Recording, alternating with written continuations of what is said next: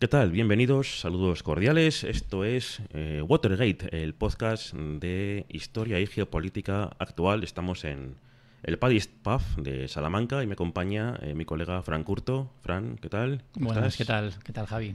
Estamos encantados de comenzar aquí este nuevo proyecto consistente en desgranar como buenamente podamos y a raíz de tomarnos un par de cervezas y charlar entre colegas los acontecimientos más importantes de la geopolítica mundial y de la historia universal. Hace poco, hace ya unos días, quizá unas semanas, amanecimos con la victoria de Donald Trump en Estados Unidos, su segunda presidencia, y también hemos sido conscientes de sus nuevas ambiciones, y quizá un poco disparatadas, nuevas ambiciones geopolíticas. Ya no solo hablo de renombrar el Golfo de México, que ahora ha pasado de llamarse Golfo de América, al menos así quiere llamarlo él.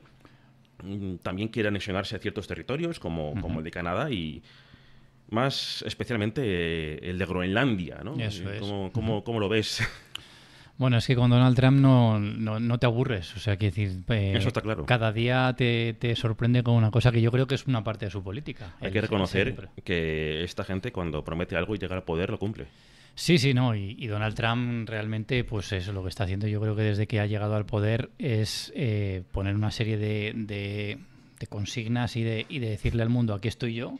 Y preparaos porque cualquier cosa es posible, que ese es el problema. Desde luego nos tiene todos preocupados, ¿no? Ya sea por temas comerciales o geopolíticos, al menos lo que es Europa está con la espada de Damocles bailando sobre su cabeza. Sí, porque además, mira, el otro día también ahora con lo de los aranceles, que si los pone, que si los quita, que si la devolución de inmigrantes, es decir, una especie es una política del chantaje continua que está continuamente haciendo y que no se sabe muchas veces si se llevará a cabo o no a cabo, pero que realmente sí que te tiene pendiente todo el día. ¿Te puedes creer que yo no sabía lo que era un arancel hasta que lo escuché Claro, de boca de Donald Trump? Y al parecer es un impuesto sobre las importaciones de un país que está destinado a favorecer la producción local, ¿no? La producción nacional, claro, exacto. Pues gracias a este asunto peculiar, sé lo que es el arancel. Reconozco que yo en lo que es economía no tengo ni puñetera idea. Pero bueno, aquí estamos. Aquí estamos, exacto. Pues sí, es verdad que hoy veníamos a hablar un poquito, dentro de todo, porque si no tenemos programa, concretar un poco, era el por qué Groenlandia, ¿no? Es una gran pregunta, ¿no? Que se puede hacer cualquiera que haya escuchado al flamante presidente de los Estados Unidos.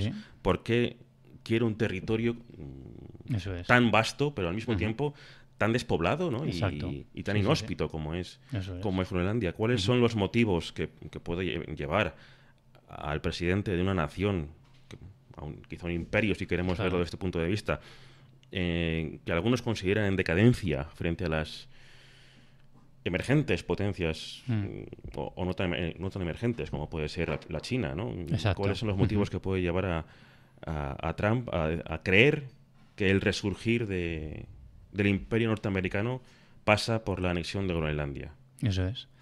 Sí, porque además Groenlandia siempre ha estado ahí, ¿no? Es decir, que realmente ha sido un territorio que lleva mucho tiempo perteneciendo, ahora lo podemos ver, a Dinamarca, pero que jamás, nunca se ha hablado nada de él porque tampoco, en principio, o sea, quiero decir, en conocimiento en general, la gente no tiene mucho conocimiento de bueno, y esto, algunos dirían, ¿y dónde está?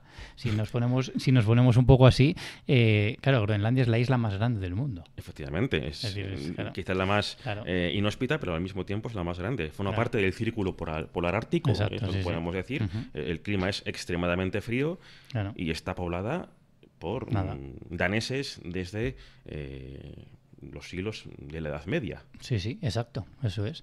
De Groenlandia dice, pues la gente a veces cuando me pregunta dice, pero bueno, Groenlandia es muy grande, la isla más grande ya, pero ¿cuánto es de grande? Bueno, pues para hacernos una idea es como 4 veces España. y poco me parece. Según lo que vi el otro día, digo, creo que es decir que eran como 4 veces España, pero que además, claro, lo que decías tú, que muy poquito habitantes, es decir, tendrá en torno a unos 56.000 habitantes. Fíjate. O sea, no hay nada. Claro, le pasa un poquito, claro, estos países, ¿no? Bueno, estas zonas que están, digamos, tan al norte, ¿no? Lo que dices tú, el Círculo Polar Ártico, le pasa un poquito también como a Canadá. Es decir, es un territorio súper extenso en lo que es cuestión de kilómetros cuadrados, pero después, si nos fijamos dónde está la población, realmente densidad de población es mínima. Quiere decir, Canadá está prácticamente, si nos fijamos todos en la parte sur, prácticamente todos los que habitan en Canadá son en la parte sur, tocando con la frontera del norte de Estados Unidos, y Groenlandia pues le pasa exactamente lo mismo. Quiere decir, la parte sur es la única que dentro de lo que hay algún tipo de habitantes, con respecto a la extensión que tiene como país. Así que sí. Sí, porque por lo menos Canadá tiene ciertas llanuras, ¿no? En lo que es, como dices tú, claro, sur, exacto, es un clima un poco más cálido, donde se puede sembrar alguna cosecha. Pero el caso de Groenlandia, fíjate que el nombre viene de cuando los vikingos se establecieron allí, como digo, sería el siglo IX o el siglo X, se encontraron con un páramo helado hasta el punto de que incluso para ellos era una tierra muy difícil de poblar, y de ahí vino el nombre de Groenlandia, que viene a significar tierra verde, pero que no tenía nada de verde, simplemente querían engañar, por así decirlo, a nuevos colonos nórdicos o vikingos, como los preferamos llamar, para que se establecieran en las costas, por lo menos, de esta isla. Fíjate que también es un argumento que se repite mucho ahora por los detractores del cambio climático, que antes Groenlandia se llamaba Tierra Verde porque realmente estaba verde, y ahora lo que está es todo doblado, dando a entender que el cambio climático es precisamente al contrario, y que no hay ningún tipo de calentamiento global. Pero sabemos bien, por las sagas nórdicas, que lo que se encontraron los vikingos ahí era pues como digo, inhóspito, era imposible de poblar. Aún así sí que consiguieron establecerse, y bueno, prueba de ello es que la presencia danesa ahí es patente, y que la isla continúa perteneciendo a Dinamarca. Claro, sí, bueno, de hecho, pues eso, Groenlandia empieza cuando pertenece a Inglaterra ya desde el siglo XVIII. Quiere decir, cuando empieza a ser primera, ha sido colonia durante muchísimo tiempo, hasta que prácticamente a esto, pues creo que en el año 1979, por ejemplo, se le dio ya mayor autonomía, ¿vale? Es decir, siempre teniendo Dinamarca, sobre todo algunos aspectos muy claves, es decir, de coger ellos esos asuntos, por ejemplo, lo que es la cuestión de defensa, y hace poco también pues había referéndum, ¿no?, para ver si realmente a Groenlandia se le daba la posibilidad en un futuro de tener una independencia. Porque todo este tipo de cosas que son importantes entenderlas un poco por el motivo por lo que empezábamos aquí el podcast, ¿no? Que es decir, ¿por qué Trump quiere Groenlandia? Es decir, ¿por qué ese territorio del que nunca sabíamos nada, de que hablábamos de repente, de la noche a la mañana, a este hombre se le ocurre la idea de decir, yo quiero, entre otros miles de cosas, Groenlandia? Es decir, ¿qué hay en Groenlandia hoy? ¿Qué importancia tiene para Trump y para los americanos?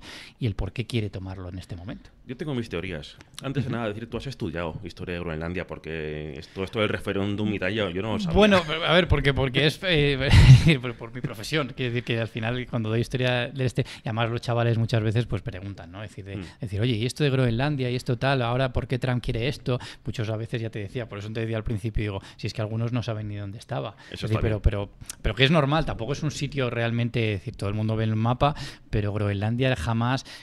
Cuando tú oyes incluso cosas de historia o lees de cosas de historia, Groenlandia no sale por ningún lado.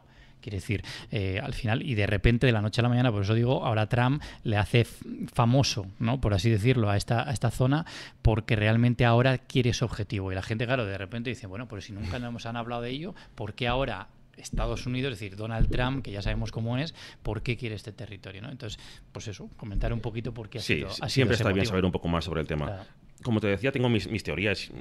Parece ser que ahora, como te digo, de economía tengo poca idea, pero al parecer las nuevas corrientes comerciales sí que están distribuidas al norte y al sur del globo terráqueo, es decir, circundantes al círculo polar ártico y al antártico. Y dado que precisamente Groenlandia y lo que es todo el Polo Norte está siendo víctima del proceso de calentamiento global, como lo queramos llamar, de cambio climático, como se prefiera, la navegación entre los estrechos nuevos que puedan surgir. Totalmente. Es mucho más fácil. Es mucho más fácil. Estados Unidos está al norte, al fin y al cabo, del globo terráqueo. Tiene posesiones cerca de Groenlandia, y que sus barcos mercantes puedan pasar por allí puede suponer un gran empuje, ¿no?, para la economía estadounidense, y es algo a lo que precisamente los chinos no pueden acceder.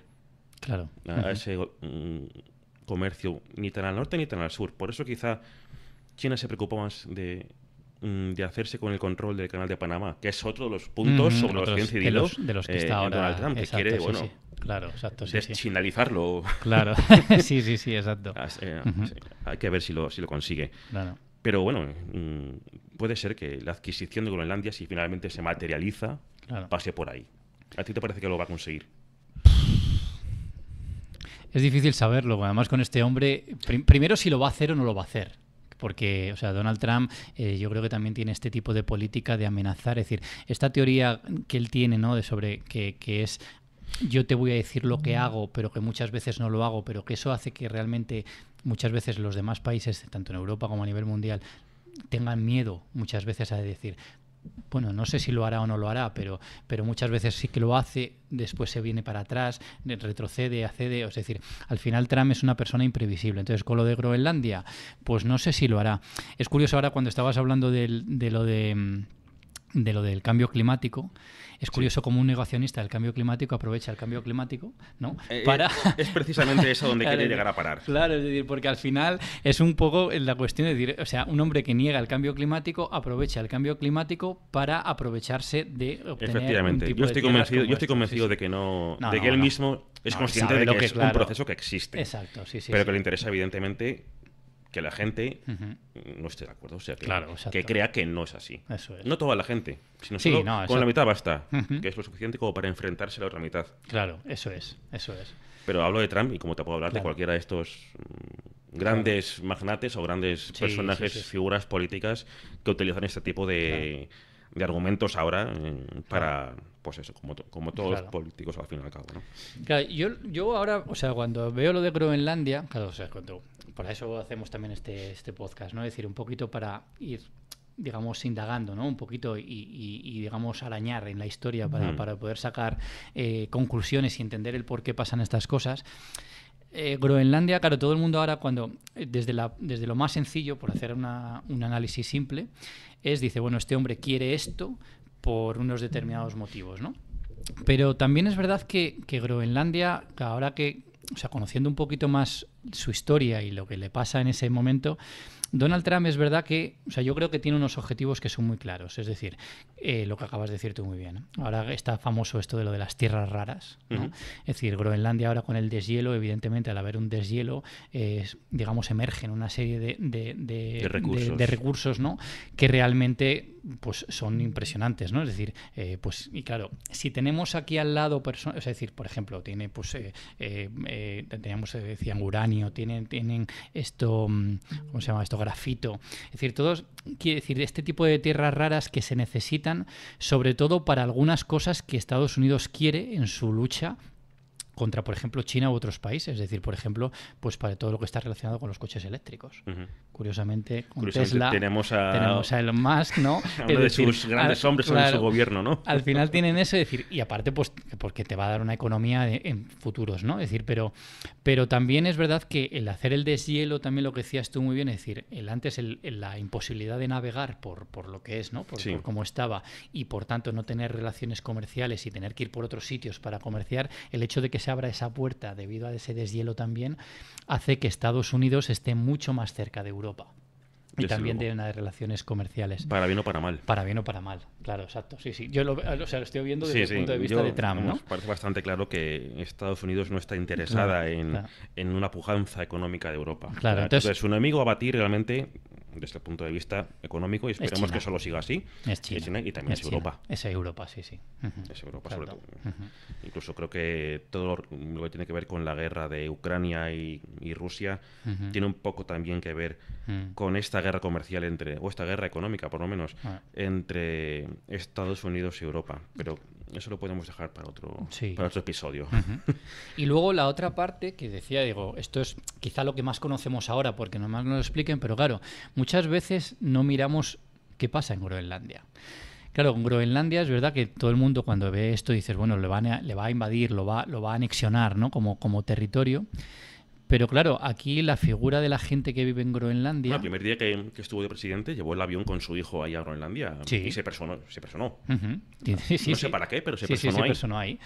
Pero claro, es que Groenlandia también yo creo que... O sea, Trump lo sabe, ¿no? Es decir, también está jugando con lo que existe allí dentro. Es decir, Groenlandia tiene una relación...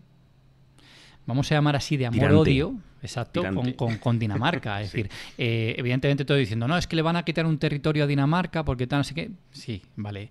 Pero a lo que voy es que Groenlandia tiene una situación histórica con respecto a Dinamarca. ¿Podemos considerar que es un territorio colonizado?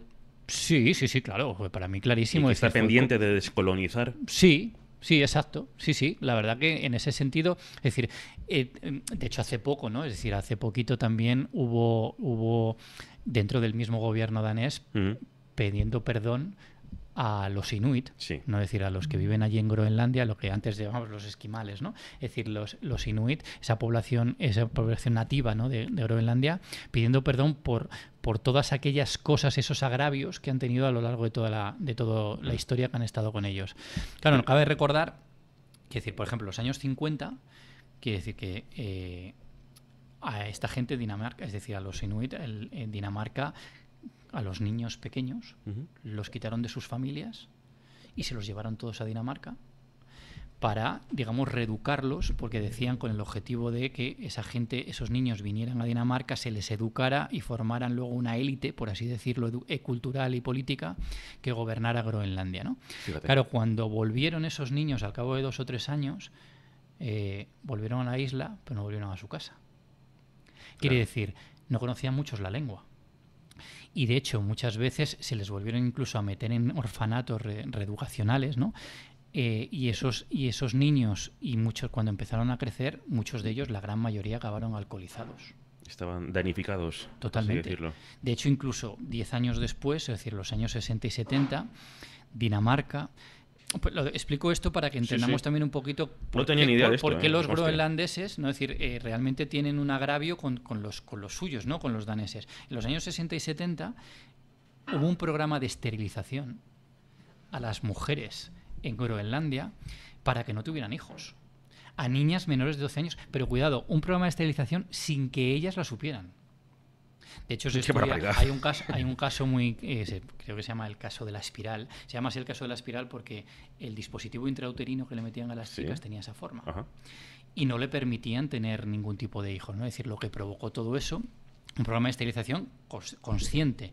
Entonces, ahora es verdad que Dinamarca ha pedido perdón por eso, todo lo que ha pasado, pero a lo que voy es que realmente ellos tienen una serie de agravios a lo largo de, ya no solamente a lo largo de toda la historia, decías tú, de la colonización, sino una historia muy reciente en el que incluso ahora si preguntáramos, o se pregunta, ¿no?, a los groenlandeses si quieren, la idea de Trump para algunos de ellos no es tan descabellada. No me extraña, te lo voy a decir. Pero no tanto porque me vaya a venir este hombre, Trump, sino porque me quito a los daneses, es decir, a pertenecer a una población danesa, que es lo que me ha hecho a lo largo de toda esta historia que acabamos de contar. Es decir, que Trump también sabe tocar ese resorte, ¿no? Como diciendo, de decir, no es en un momento, o sea, lo hago ahora por lo que ha pasado, es decir, yo supongo que es por todos los recursos y por tener más acceso a recursos, todo lo que hemos comentado, pero también es verdad que sabe que dentro del pueblo de Groenlandia no todo el mundo estaría a favor de seguir perteneciendo. De hecho, el referéndum que hablábamos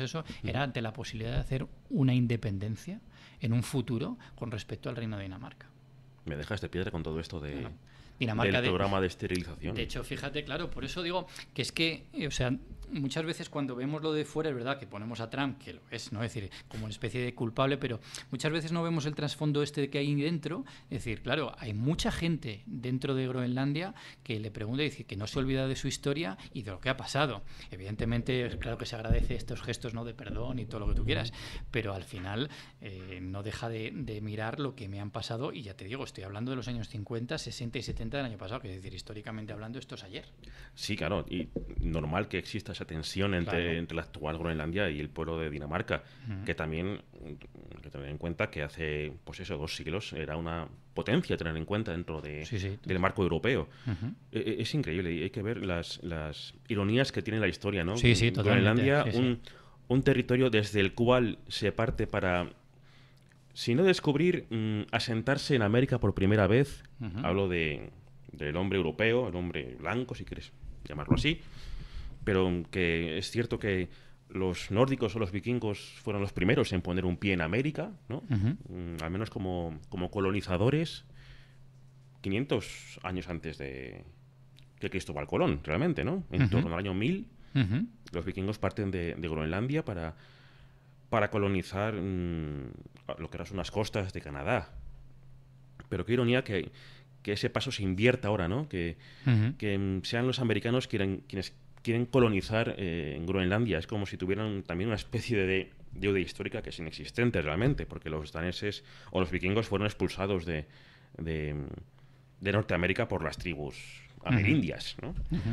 Pero que no deja de ser paradójico que se dé ahora el proceso contrario, otros 500 años después. ¿Quién sabe lo que nos depara el futuro dentro de otros 500 años? Igual vemos otra conquista al revés, quién sabe. No, y además, como está el mundo ahora actualmente, nadie puede asegurar, porque hace unos cuantos, bueno, siempre la historia ha sido así, ¿no? Pero que muchas veces ha habido momentos en la historia en la que podías más o menos intuir o saber, ¿no?, por lo que estaba pasando, que iba a ocurrir algo o era lo más probable, pero ahora mismo es que cada día que te levantas realmente te sorprende todo. Bueno, desgraciadamente te sorprende y no te sorprendía nada, porque cosas yo creo que a lo mejor hace 20, 30 años que podíamos ocurrir, que lo veíamos como algo imposible, ahora prácticamente si alguien te dice esto va a pasar, seguramente no creo que haya nadie que diga pues no. O sea, ahora tenemos una situación, un contexto en el que dices, ostras, puede pasar cualquier cosa. Y que todo pasa muy rápido además, ¿verdad? Vivimos en los tiempos de esa modernidad líquida que llamaban algunos filósofos, por la cual todos los acontecimientos son muy rápidos y pasan de moda también muy rápidamente porque son sustituidos por otros que empiezan a estar en boga, ¿no? Y eso se ve tanto en lo que es la política actual como en asuntos menores como pueden ser los memes, que uno está un día de moda y a los 4 días... es desplazado por un nuevo meme. Pues con los acontecimientos políticos empieza a pasar un poco lo mismo. Claro. No, por eso estamos aquí un poquito, ¿no? Es decir, para contar este tipo de cosas, claro, hay miles y miles de temas que se pueden tocar, pero para ir viéndolos, porque claro, fíjate lo que dices tú, es decir, incluso, ya no os digo en conflictos menores, sino en conflictos que realmente ahora son importantes. A las puertas de Europa. Fíjate, a las puertas de Europa. O, por ejemplo, fíjate todo lo que realmente que sigue existiendo, evidentemente, y todos tenemos conocimiento de ello y que lo vivimos casi a diario porque lo vemos, lo que es la guerra de Rusia y Ucrania. Pero fíjate que cuando empezó lo de Gaza con Palestina, es verdad que los telediarios y los informativos y todas estas cosas relacionadas con la guerra de Rusia y Ucrania, dentro de lo importante que es, se ha ido apartando un poco, ¿no? Es decir, evidentemente sigue estando ahí porque es un gran conflicto. Pero cuesta saber a qué dar prioridad, ¿no? Claro, así cuando empezaba, ¿verdad?, el primer año, así que no estaba lo de Gaza, prácticamente estábamos continuamente teniendo noticias de Ucrania, de Rusia, etcétera, etcétera, y que nos bombardeaban muchas veces, ¿no? Fíjate, evidentemente salvando distancias, pero fíjate incluso en nuestro propio país, ¿cuánto se habla de la Dana ahora? Cierto, ¿y fue hace cuánto? Y fue hace nada. 4 meses. Claro, es decir, que no ha sido nada, es decir, y era todos los días informativos, especiales, no sé qué, y de repente es como... Se acabó. Ahora hablamos de la Dana, casi más que importante de lo social o tal, es un poco pues la lucha, ¿no?, política entre los distintos como políticos, siempre. Las responsabilidades, el tú más, el no sé qué, pero al final los conflictos, pues eso, ahí, o sea, puede el hoy y ahora, ¿no?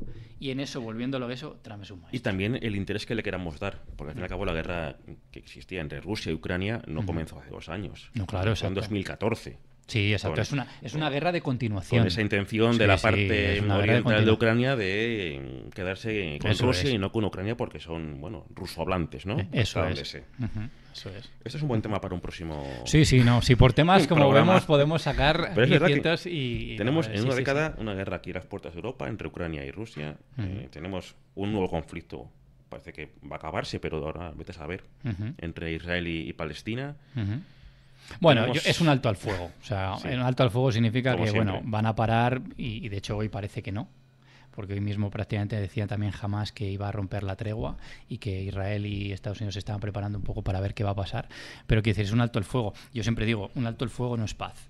Un alto al fuego es que paramos el fuego. Una tregua. Pero es una tregua, exacto. Es decir, pero no eso, pero sí, lo que dices tú. Es decir, y tenemos ahora un nuevo presidente del país, uno de los países más poderosos del mundo, amenazando realmente con readquirir su hegemonía por las buenas o por las malas. Sí, exacto. Primero lo que tiene cercano es Groenlandia, es el canal de Panamá. Posteriormente seguramente ponga la vista en Europa, como ya ha hecho con los aranceles sobre el acero, otro tipo de recursos, y terminará probablemente, antes de eso intentará firmar una paz entre Rusia y Ucrania que favorezca sus intereses y posteriormente, pues no sé si ya irá por China o qué. O irán antes los chinos a por él. Esto ya es historia ficción. Sí, claro, es una competencia total, ¿no? Ahora también lo tenemos con lo de la inteligencia artificial, ¿no? Lo que es el ChatGPT contra el DeepSeek y todas estas cosas, es decir, guerras que son continuas. Yo iba a decir que era el futuro, pero es el presente. No, es el presente. Fíjate cómo han caído las acciones de Nvidia totalmente, de que los chinos han copiado, porque al parecer no lo han elaborado ellos, lo han copiado de ChatGPT, lo han implantado ellos. Y las acciones de Nvidia han caído en picado. Ves la gráfica y ves una vertical. Sí. Y eso, una inteligencia artificial que si le preguntas por procesos o asuntos como el de Tiananmen, el señor que se paró delante del tanque, te dice que eso no pasó. O que la postura del Partido Comunista Chino es que ahí no pasó nada. Exacto. O que Taiwán es parte de la República Popular China.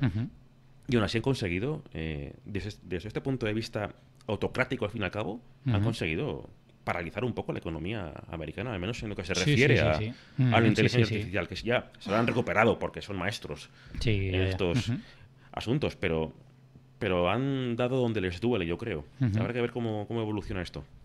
Sí, yo creo que el otro día yo lo pensaba y digo, solo falta Taiwán para realmente casi hacer una tercera guerra mundial. Bueno, ¿quién dice que ya están preparándose? Exacto, es decir, pero quiero decir, ya solamente falta que la invasión, ¿no? Es decir, y que realmente ya provoque una tercera guerra mundial, esto a nivel, pues eso, porque no hay prácticamente ningún territorio, ninguna zona, porque estábamos hablando de estos conflictos, pero la cantidad de conflictos que hay a lo largo, si empezamos ya con África, estamos hablando que si el Congo, que si Sudán, que si no sé cuánto, es decir, o sea, todo el mundo tiene una serie, o sea, es un mundo que nos está tocando muy convulso, es decir, y además todo va muy rápido y que realmente, pues eso, está y siendo... eso que África está totalmente olvidada y totalmente. E interesa poco o nada exacto, a Occidente, pero el primer mundo como tal está completamente globalizado y no hay forma de escapar a esta globalización.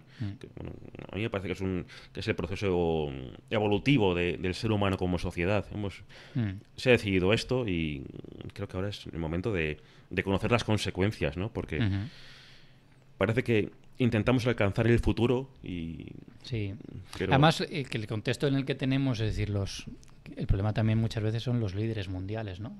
Y no digo, cuando digo líderes mundiales, de aquellos países que realmente tienen importancia y significación en el mundo, ¿no? Es decir, estamos hablando de Estados Unidos, de China, es decir, por ejemplo, poner los grandes, pero quiere decir, los líderes mundiales qué tipo de personas y de políticos son que nos están llevando a este tipo de cosas, ¿no? Es decir, y además que cada vez, casi prácticamente vas viendo que cada vez más países van teniendo un modelo de político muy parecido a todo lo que estamos teniendo. Y está por ver también qué va a pasar en Europa, porque tenemos ya a Elon Musk preparando el terreno para que estos partidos, llamémoslos radicales o poco tradicionales, crezcan lo máximo posible. Este será otro tema también, ¿no? Estos tecnócratas, ¿no? Es decir, estos jefazos, ¿no? De las grandes compañías tecnológicas del mundo, el poder y la influencia que están teniendo y sobre todo los hacia los intereses económicos. Eso es, que van... Porque por lo demás les da igual, al fin y al cabo, lo que pueda acontecer al otro lado del Atlántico. Pero bueno, aquí tenemos... En España aún no ha llegado a participar, ¿no? Ningún meeting Elon Musk. Sí, no, que yo me acuerde, no. Cuestión de tiempo. Sí, totalmente, sí, o sea que no. Cuestión de tiempo. Es que es verdad que Europa, a la que estábamos hablando esto, a mí me pues, que decir como dale. Pero, o sea, Europa no pinta nada. O sea, mismo Europa es un cero a la izquierda. O sea, ahora mismo relaciones internacionales, es decir, Europa está a merced de lo que digan unos y otros. O sea, es decir, es así. No. Es una pena. Y se nota. Es decir, nosotros queremos intentar dar como europeos una imagen que, pues eso, ¿no? Pero que realmente la realidad no es esa. Es decir, hay una diferencia entre lo que es la realidad y el deseo. Es decir, la realidad es otra cosa que la que realmente nosotros podemos desear o lo que es. Es decir, Europa no tiene la capacidad de poder decir absolutamente nada prácticamente ahora en lo que es el mundo. Pero podemos nada. presumir de costumbres modernas, de tolerancia. Exacto. Pero valores, todo lo que tú quieras. Desde el punto de vista geopolítico, Europa nació para evitar más guerras entre sus propios países. Parece ser que más o menos lo ha conseguido. Al menos desde el punto de vista territorial lo ha conseguido. Pero fuera de eso somos incapaces, parece ser, de competir con... Nada, imposible. Con Estados Unidos y ya no hablo con China. Claro, y fíjate que estamos hablando de Europa, como Unión Europea. Sí. Ya no te hablo de países individual. Que decir, porque ni la misma Alemania, que ahora mismo pues evidentemente está en proceso también de crisis económica, etcétera, pero ni la misma Alemania, ni Francia, ni Inglaterra, España tampoco, que no tenemos ningún tipo, o sea, no pintamos absolutamente nada. Lo único que nos utilizan como una especie de instrumento esas potencias principales para obtener esos intereses y decir, mira, tú vas a hacer lo que yo quiera, lo que te no sé cuánto. Es decir, por eso es así. O sea, es decir, no, por eso esa amenaza con los aranceles también, decían, bueno, como decía Trump, dice, o hacéis un gasto en la OTAN, en defensa, ¿no? En defensa de este tanto por ciento, que decía que incluso un 5%, decía que tenía que ser el gasto en defensa, cuando España no llega ni al 2%. Al 2 no llegamos. No llegamos ni al 2, es decir, y es esa presión y dice, una de dos, o lo haces o ya sabes lo que te toca. Ese chantaje que al principio hablábamos, ¿no? De que Trump está haciendo porque es el típico matón, ¿no? Que realmente parece que es decir, yo tengo el poder y además sé que lo tengo y puedo hacerlo.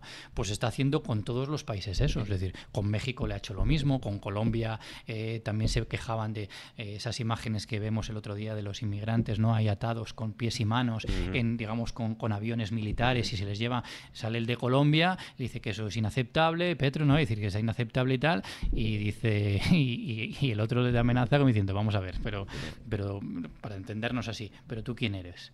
Y a los pocos días lo que hace es reculo y evidentemente pues y eso hacen pues todos los países y Europa, pues estoy explicando esto para Europa tendrá que hacer exactamente lo mismo. Pero también te digo, ¿para qué queremos aumentar el gasto en defensa? Un país, por ejemplo, como España, ¿cuál es nuestra amenaza? ¿Cuál puede ser nuestra amenaza? Claro. Como mucho vendrá desde el sur. Claro, el problema ¿no? Claro, exacto, pero el problema que dices tú es ¿para qué queremos? Es que da igual lo que queramos. Y además Marruecos es uno de los grandes aliados de Estados Unidos. Totalmente, exacto. Es decir, Marruecos no solo de Estados Unidos, sino también de Israel. Claro, se sabe que Israel está armando a Marruecos. Claro, sí. Claro, no sé cuáles serán las aspiraciones a Marruecos. Mira, para otro día tenemos también que hablar de esto. Claro, y Marruecos lo sabe.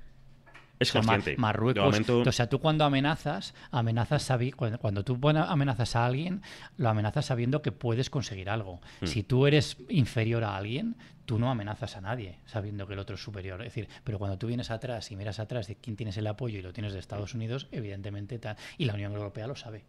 Sí, además Marruecos tiene una forma de presionar maravillosa que es abrir el grifo de los es decir, Marruecos tiene una posición ahí geoestratégica que sabe que abriendo, cerrando, y muchas decisiones, por ejemplo en España, ¿no? Es decir, que incluso ya hablaremos en su momento, pero decisiones que se ha tomado del gobierno, yo creo que incluso a veces, ni el mismo gobierno a lo mejor querría, pero que si te imponen desde arriba o lo haces o ya podremos tener una serie de represalias y al final que todo lo referente al Sáhara Occidental y... Claro, por eso, exacto, es un tema que a mí me gusta mucho decir y además me toca por alguna cosa personal, pero quiere decir que al final es así, es decir que al final España no tiene la capacidad. Muchas veces cuando yo, por ejemplo, los alumnos que tengo me preguntan sobre historia, sobre política, sobre la actualidad y me dicen, es que el gobierno de España o tal, no sé qué.